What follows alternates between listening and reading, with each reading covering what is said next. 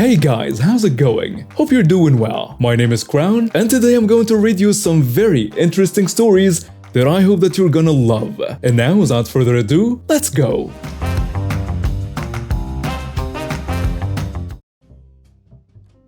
I'm currently in public having a mild panic attack, so I'm gonna use this time to write a funny story I've wanted to tell for a while on a sub, and this sub is perfect for it.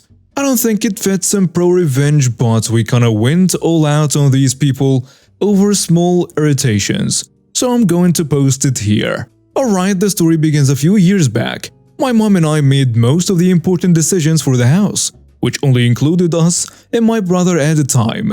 And my brother can't even do his schoolwork, so he got dragged along for the ride. At the time we were deciding where to move, as our current place was expensive and crappy, and I hated the school district.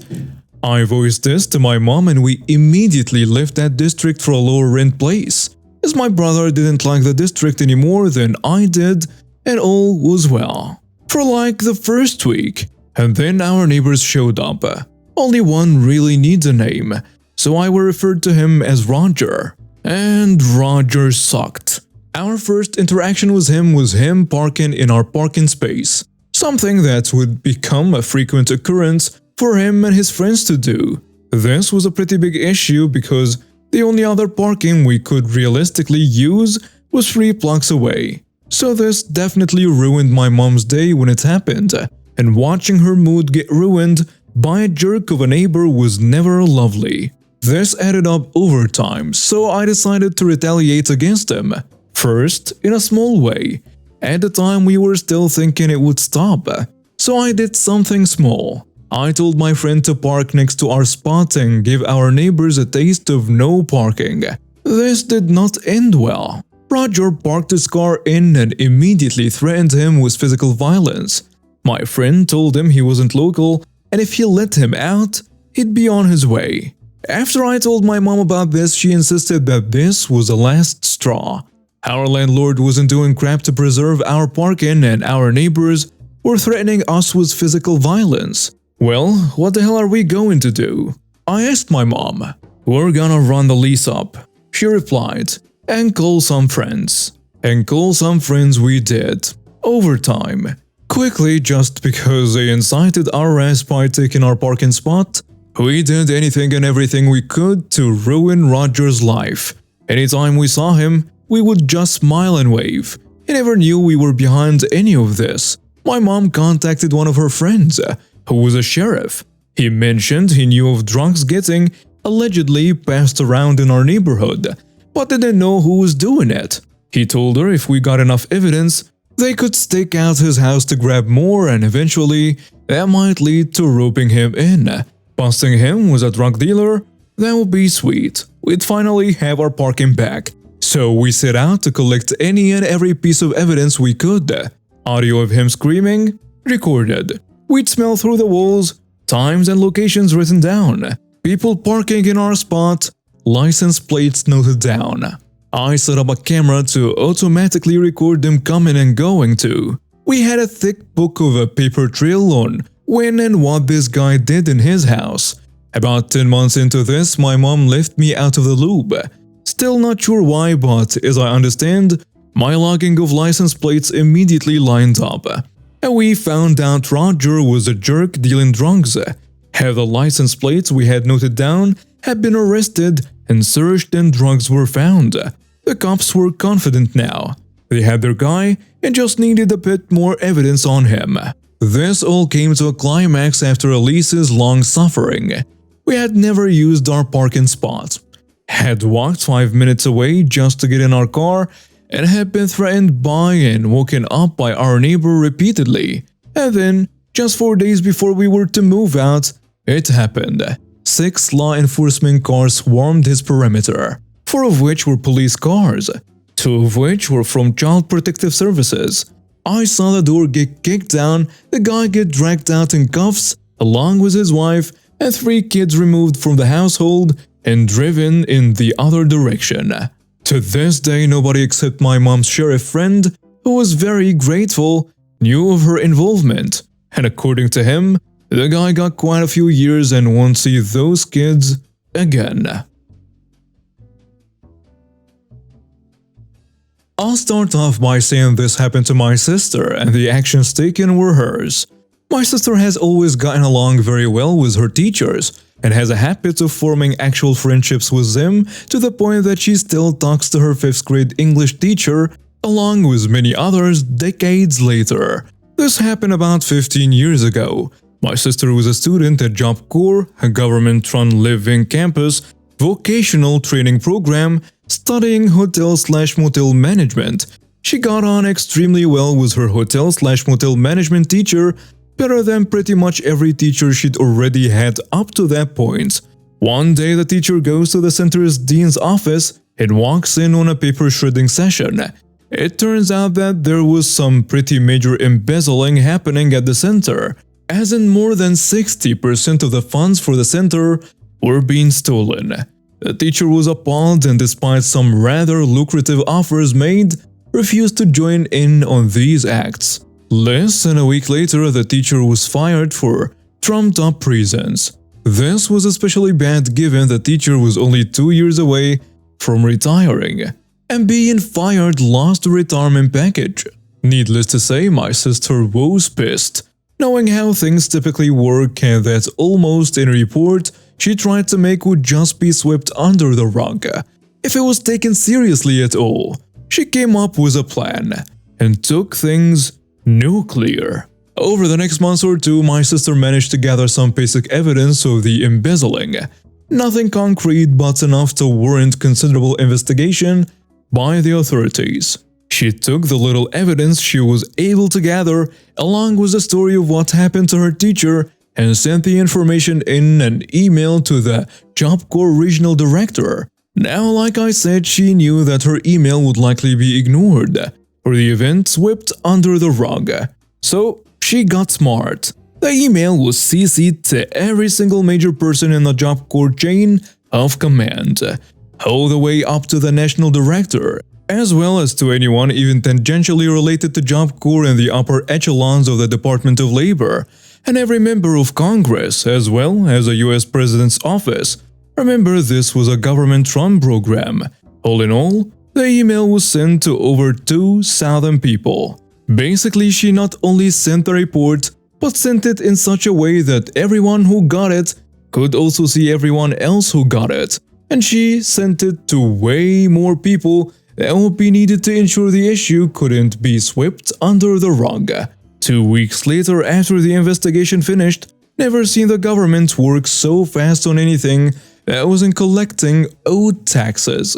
Only 5 or 6 staff members out of 20-ish that worked in the center still had their jobs, and at least 5 of the ones fired, including the dean, were facing major criminal charges, with the rest facing minor charges. I'm not sure of the exact figure on how much was stolen, but it was well into the 7 digits. The embezzling had been happening for years. The teacher got a very nice severance package post-investigation. If I remember correctly, it was €3 pay, her full retirement package, and signing an NDA. Though she didn't get her job back, and my sister was given her completion certificate despite not having finished the requirements of the course. They just wanted her gone, but couldn't kick her out. So this happened about 10 to 15 years ago. It's been a long time. It's the sweetest revenge. My backstory: I was born in the States, but my family are immigrants. My dad worked hard to become a US citizen, working 3 jobs, riding a bike to work cause he couldn't afford a car. He and his dad saved all the money so they could get the rest of the family here. I say this because I understand the struggles immigrants face coming here.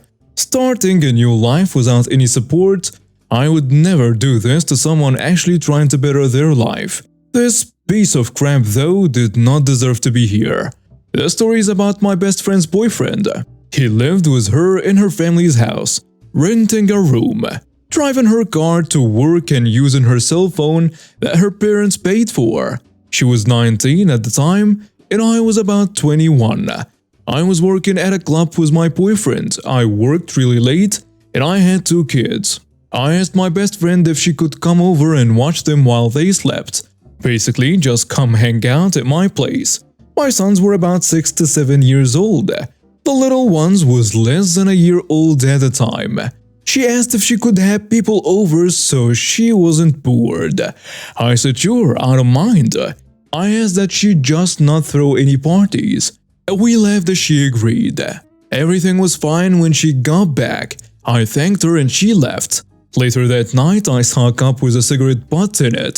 So I texted my friend and asked her if someone smoked in the house. I'm a smoker, but because my son is really little and the older one has asthma, I did not smoke in the house. I went outside.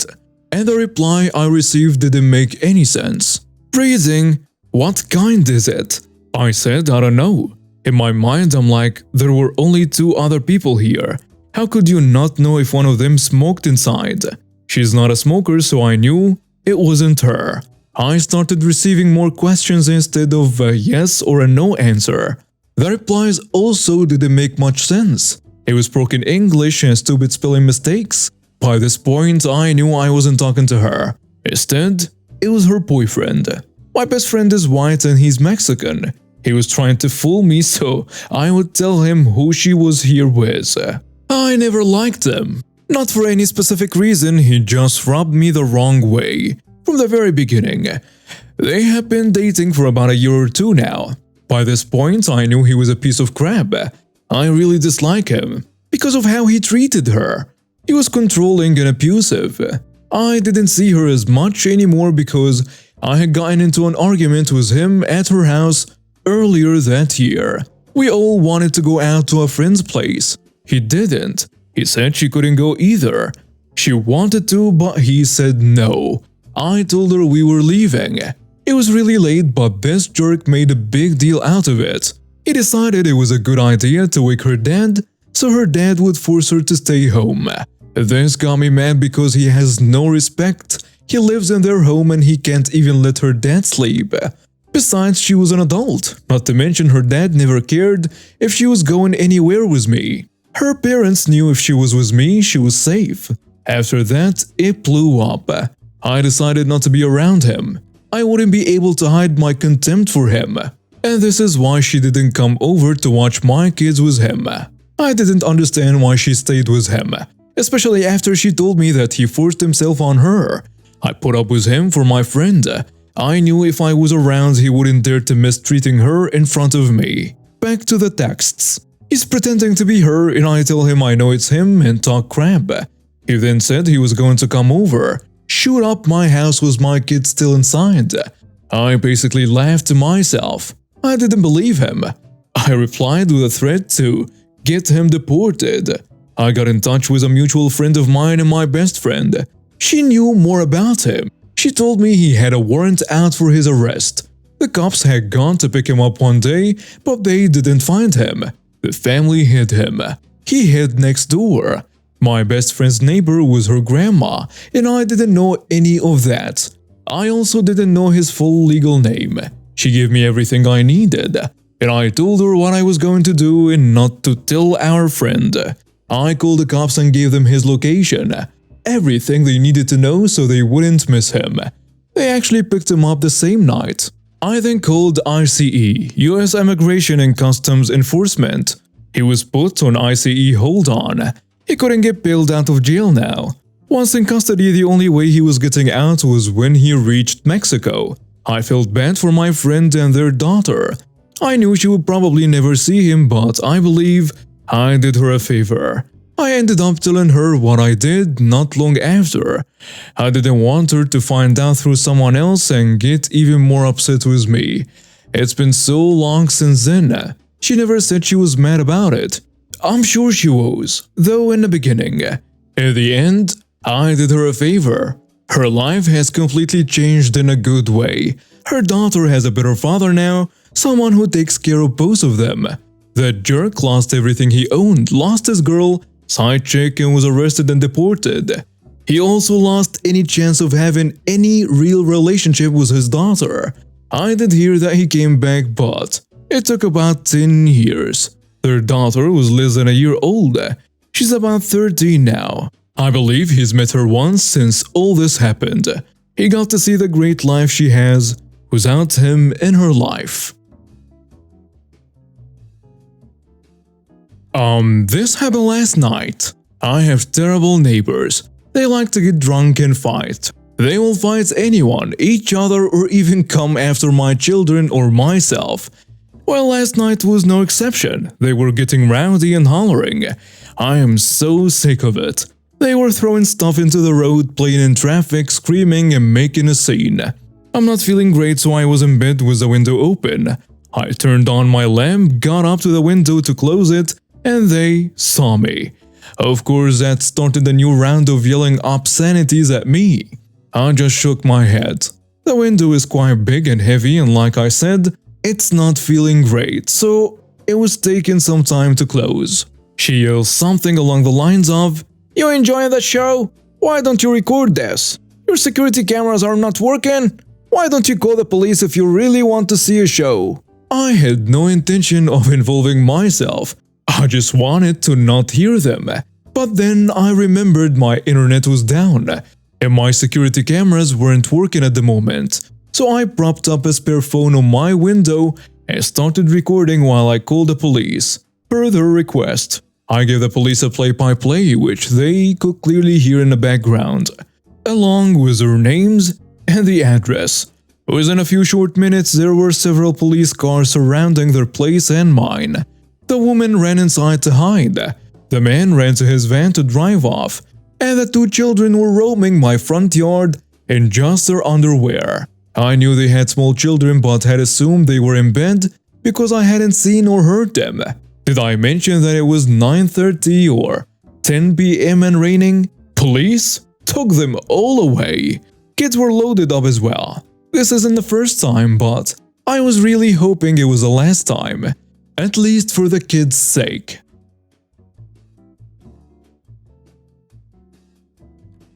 This was a while ago and I have since quit this job. I used to work at a diner on the weekends. To-go coffees are served in styrofoam cups and only come in one size, 12 ounces. A trucker came in for breakfast and he asked for a big coffee to go. Again, they only come in one size. So I sold him a 12-ounce coffee and gave him his cup. Usually we leave space in case people want to add cream, but I filled his cup up all the way. Then my manager pulls me aside in front of him and reprimands me for not giving him a big coffee like he asked for. All while he's nodding and smiling. When I asked her what she would like me to do because we only have coffee cups in one size, she told me I should have known that I was supposed to use a styrofoam soft drink cup instead. Those cups are 30 ounces. In my entire time working there, we have never done that. There is no option in the register to charge someone for a 30-ounce coffee. But the customer was upset, so she made up a non-existent rule on the spot and belittled me to make him happy. She threw me under the bus. You'll be surprised how many customers ask for big, large, jumbo, huge, enough to fill a 10-gallon coffees every day. It's usually a joke followed by some comment about them being tired. They aren't really asking about coffee cup size. They are just trying to make conversation and use silly words. So for the next several months, I proceeded to give every single person who made a comment about coffee size a 30-ounce coffee and charge them for a 12 ounces. That coffee maker was constantly going. I mean constantly. We were going through bags of coffee like crazy, almost as if we were selling nearly 3 times as much without making more profit from it. Edit. Clarification that the soda cup is also styrofoam. I do not punish the innocent with hot drinks in wax-coated paper cups. And now we have reached the end of today's stories. Thank you for watching and see you next time.